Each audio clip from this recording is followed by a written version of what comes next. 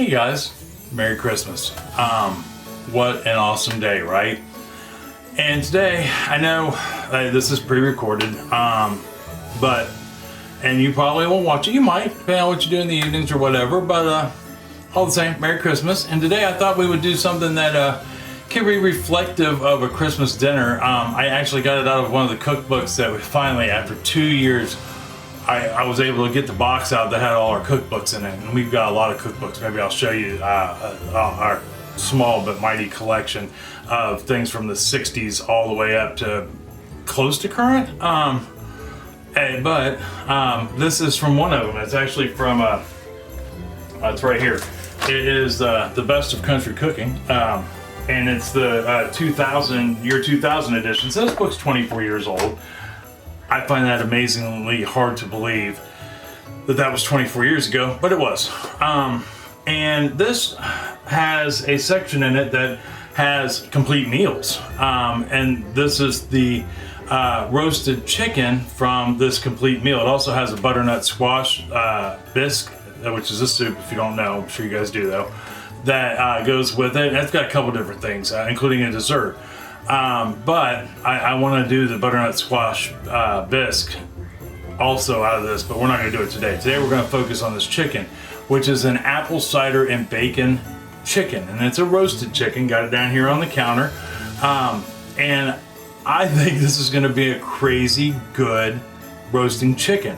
And I don't think we've ever done a roasting chicken of any kind on here, and I've got lots of different recipes for roasting chicken. This is just one that's new, and I think this is going to be a good one. So anyhow, if you're new to my channel, this is your first video, welcome. I am so glad you stopped by. I hope you get something out of this video. Maybe check out some of our other videos. If you're returning or one of our new subscribers, because we are always growing and that's awesome, welcome back and thank you. That being said, don't forget to like, subscribe, and share. Leave a comment. That I love comments. I respond to all of them, good, bad, or indifferent. The only thing I ever ask, just like anything else, is you think before you type, right? It's okay to disagree with me or anybody else in the comments. Just think before you type. Don't be rude. And yeah, I think that's pretty much it. I do give your measurements in tablespoons, teaspoons, and cups. I also do grams and milliliters. That way everybody can play along. Now, on a side note, a couple weeks ago, and I know this is going a little long, but it's okay. This is important to me and everybody else. There is a YouTube channel, and it's the Mir Fam, M-I-R Fam. It's the Mir family, and it's these two young ladies, Jasmine and Bella. They're really cute little girls, and their mom's on there all the time too, and they do lots of really cool things. But Abby follows them religiously, and has for a very long time. And because of them, by watching them, it's helped her improve her language. She's learned about makeup and fashion and just all kinds of stuff. They have actually taught Abby quite a lot, and so we wrote, by we I mean Chris, had emailed their mom, not really expecting a response. They have 2 million subscribers, so one person can get lost in the shuffle pretty easy, to let them know, all that she had done. And Chris had attached a picture of Abby from Halloween when she was in her Cinderella outfit. Well, the mom responded, and then Abby got a letter, a Christmas card in the mail from the girls, along with a gift card, and it was the most wonderful letter, and it made her feel so special. And they did a shout out for her on one of their latest videos, which is why I'm mentioning it here also. But that was amazing, and I wanted to thank them on my channel for making Abby feel so good. Alright, so that being said, why don't we go ahead and head on down here to the counter where we can get started on this roasted chicken. Alright, hold on for me 1 second. Alright, so we are down here at the counter. Now, in my roasting pan, I have got a almost 6 pound, 5 3/4 pound chicken, and it would be, I'll write the kilos for it right here. It's like almost 2 kilos worth of roasting chicken. Now, you want your roasting chicken to be between 5 and 7 pounds. for this recipe. Either way you go, you'll want to keep an eye on it. Our end game is to have this bad boy at 180 degrees and not dry. So that being said, 5 to 7 pound chicken, 2.5 to maybe 3 kilos of chicken, roasting pan.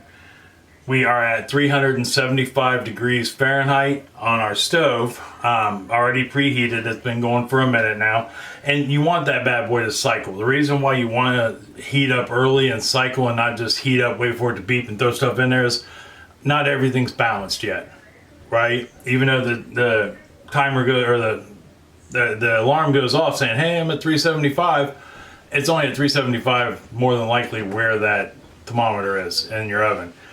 It could still be not quite 375 in another spot. You create an uneven balance. So let it cycle for about 5 minutes or so after that timer goes off. But anyhow, first step, after we heat our oven up and we have our roasting pan out and our chicken, is we're gonna take some butter. I've got 4 tablespoons of butter right here, 56 grams, and I've got it cubed up.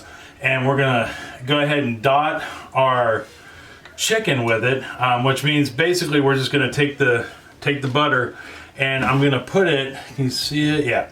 I'm gonna lift the skin up, I'm gonna put it in underneath the skin, between the skin and the chicken breast. That way, you know, as the butter melts, it can get down in there and it'll help baste the turkey and tenderize that meat. Now, you want to use salted butter if you have salted butter. If you don't, though, it's okay. It's not the end of the world by any means. Salt just helps tenderize your chicken breast. Okay, so we got our butter dots in there, and you can cut those cubes as big or small as you want. Completely up to you. And you want to get them in there, and you can even take one. You know, here, I'll grab one of the ones I threw in here, and just take it and rub it on the outside of the skin like that. You know, and get it going real good. So we got that in there. Go ahead and wipe my hand back off, and I gotta find my twine. So the next thing I'm gonna do is I'm gonna go ahead and I'm gonna tie up my my drums here, my legs, so that way they are held together, kind of like you would see in a book or something. All right, so we are tied and dotted with butter. So, and if you've never tied the legs together on a chicken or a turkey before, this is how I do it personally. I'm sure somebody will say, no, Brian, that's not how you do it. I tie the twine around one leg and then just loosely tie it. All right, so I wrap it twice, loosely tie it, don't double, triple knot it, and then I run it around the other one and twice, and then I just simply fold it back and forth till I run out of twine and tuck. So it only gets tied the one time at the very beginning. That is how I do it. So I've got that in there. We are tied, buttered. We're gonna put this in the oven for 15 minutes, and then we can go ahead and get our vegetables and everything in it after that. Hold on for me just 1 second. Okay, so our 15 minutes just went up. Our next step in this process, I went ahead and turned my oven down to 325 degrees, and I set my timer for 2 hours. Now, this part is really what kind of confused me, and so I'm going to keep an eye on everything. Because my chicken is, we'll just say 6 pounds for all purposes. It's like a couple ounces shy. But if you read the instructions, it says 20 minutes per pound. Here's where the variation comes into play that I think allows us to bake this longer than need be. It's like a cheesecake. We're going to go low and slow. The instructions on a regular chicken tell you 350 at 350 degrees Fahrenheit, 180 degrees Celsius at 20 minutes a pound. Well, we just went down to 325, which I think is 165 Celsius. But we went down 25 degrees lower than your standard cooking time for chicken.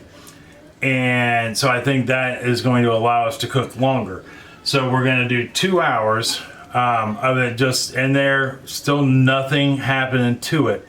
what you want to do while that's happening is, in this bowl right here, I have roughly chopped a red pepper, 2 red peppers, a green pepper, and depending on the size of the onion, here I can pull everything out and show you. So my peppers, it's 3 peppers total. The original recipe called for green pepper, but I didn't have but 1 green pepper, but I had 2 red peppers. And we just cut them into strips, about yay big, about, you know, 1/2 inch-ish, you know, wide strips, red and green. And then I cut up 2 Granny Smith apples, 2 tart apples, which were not in the recipe, but I wanted them in there. And then we also cut up some onion, and it said to use 6 to 8 small onions. Now I did not have what I would deem small onions, so I used about 4 to 4.5 medium onions, medium to small onions, and we just cut them into wedges, just like such. And then the last thing was red potatoes, and it said to use small red potatoes cut into quarters. Well, again, I did not have any small red potatoes, and I don't believe they're talking about the small. It's just like smaller red potatoes, judging by the picture. But I just cut them into wedges. If they were bigger potatoes, I cut them into 6 pieces. Smaller potatoes into 4. So you want to go ahead and get all those cut up while this is cooking, because when we get done, these will be some of the stuff that's going into the pan along with the chicken when I come back. All right, I'll see you here in just 1 second. All right, guys, so got to discussing with the second highest authority in my household, Chris, about the times on this chicken. And with it being not quite a 6-pound chicken, and even if it was a 6 or 7-pound chicken, I think 2 hours by itself total, and then additional time with everything with it, might be a bit much, even at 325. And I want to make sure it's done, but not overly done. So we've been an hour in the oven right now. So what we're going to do is we're going to go ahead and pop this bad boy out at an hour, and we're going to utilize that second hour with the vegetables and the stock on the chicken. So let's go ahead and get that pulled out of here. Woo! Yes, new Didi, that's hot. I mean, it's looking beautiful so far, I think. Yeah, and we got a little bit of grease there on the bottom. I mean, whew. I think we are on our way to having a beautiful chicken. So the next thing we were going to do on this is we're going to go ahead and quickly put in our apple, our peppers, our apple, our tomatoes, potatoes, and onions. Whew. So we'll go ahead and get that dumped around. Now I had these obviously pre-chopped because we just talked about it a minute ago, but I didn't put them in the fridge or anything. I let them sit at room temperature. That way we didn't fuss with the pan a whole lot, so to speak. So we go ahead and get those in there. You know, because if they were in the fridge and they hit that pan, you're going to drop the temperature on your pan, and we're going to try to do this as quickly as possible. So now that we've got our potatoes in there, and our onion, and our apple, and our green and red pepper, I have got 2.5 cups. Yes, 2.5 cups, which is 480, 500, 620 milliliters of apple cider. And I'm going to go ahead and I am going to pour this in here, just like such. And what we're going to do is we're going to put this back in the oven for that remaining hour, and every so often, probably about every 10-15 minutes, I'll pop that door open real quick, grab my baster like we would with the turkey, and I'm going to pour some of the juices on the top of this. So I'll go ahead and get this back in the oven. We're going to cook it for another hour, and then we got a couple more steps to do. All right, hold on for me 1 second. Okay, so as I was putting it in the oven, I remembered something. Bacon. I have got 8 strips of thick sliced bacon here, and all we're going to do is we're going to take these 8 slices, 8 slices, and it's 6 to 8 slices. I'm going to kind of force 8 on here, although I think we could have got away with 6. But I'm going to go ahead and lay these on the top of the chicken. That way they can start cooking, and of course they'll shrink a little as they go, you know, as we or cooking our chicken, and then we can adjust them from there. But we want this flavor of the bacon and the fat, along with that apple cider that we just poured on there and all those vegetables. So got that on there. Now we'll get her in the oven for that hour and come back and do the next step. Okay, so we've gone our first hour, and we'll go ahead, and I've been basting this about every 15 minutes. So this will be its fourth base, yeah. And I wouldn't normally pull it out of the oven to baste it with, but we got that, you know, apple cider down in there, plus the juices from the turkey, plus the chicken, the butter, I mean, just all kinds of stuff going on there. So we got that in there, and I'm gonna push that potato down.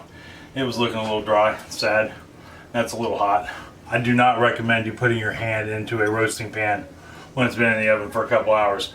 So the last thing we need to put in here, and this one threw me for a loop, but I'm gonna do it anyhow because it just sounds crazy cool, is tomatoes.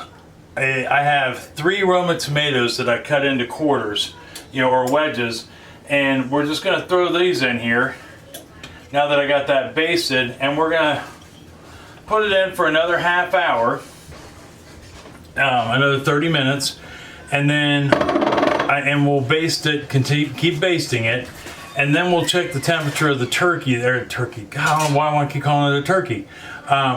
Temperature of the chicken, and our chicken should register at 180 degrees. Once it's at 180 degrees, it'll be done.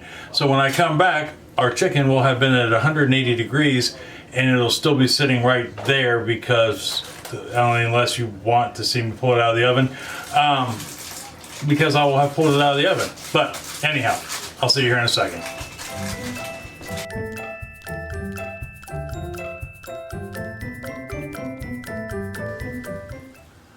All right, so we got her done, right? Looking beautiful, I think. And there we are, plated up, bacon on the side, so to speak, some vegetables. I just took the rest of the potatoes and the onions and stuff and stuck them in a bowl. That way we can eat them on the side, but I thought that would look really pretty with all the other stuff on there, very festive. I even got it on a really nice Christmas dish. We have Christmas dishes. I don't know if everybody has Christmas dishes, but we do, along with our, we got china, we got Christmas dishes. That way we have events pretty much down pat. But I think that looks gorgeous. So give me a second. I'm going to go ahead and get this, at least some of it cut off for us to try. And then we can go ahead and, I'll go ahead and finish cutting it up later and, you know, for the family to eat. But I want to try this chicken with you along with the potatoes and whatnot. So hold on for me 1 second. Let me get this cut.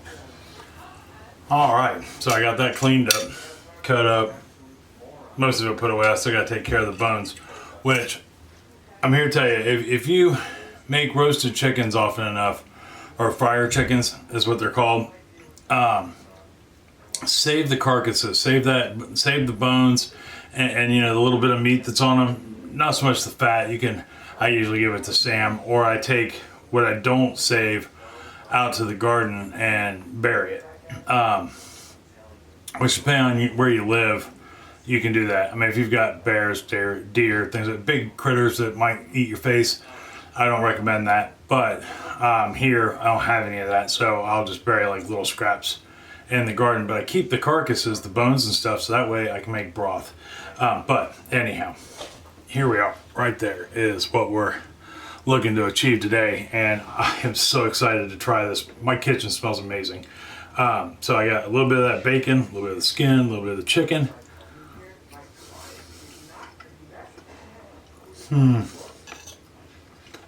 That is really good. It is so juicy.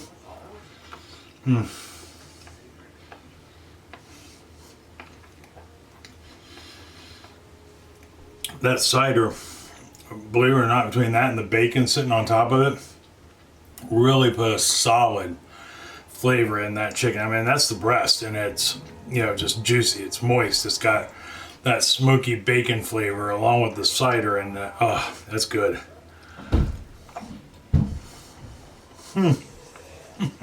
The potatoes taste the same way, only with potato. I mean, it's good. Yeah. Oh, hands down. Wow. That's really cool how that all worked out. Now, green pepper is amazing.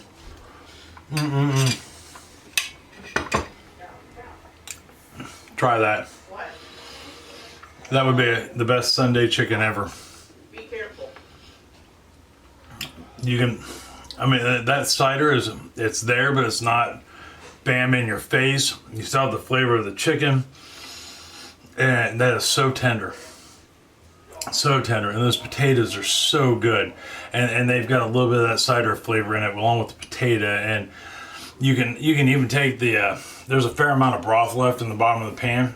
You could easily turn that into a gravy with some cornstarch. Either leave it in the roasting pan and heat it up, stir it, or just throw it in a serving dish. Cornstarch, heat it up, serve it. It'd be really good. Really, really good. I'd say give this a try, hands down. Whether it be for Christmas, or just any excuse to have the family over.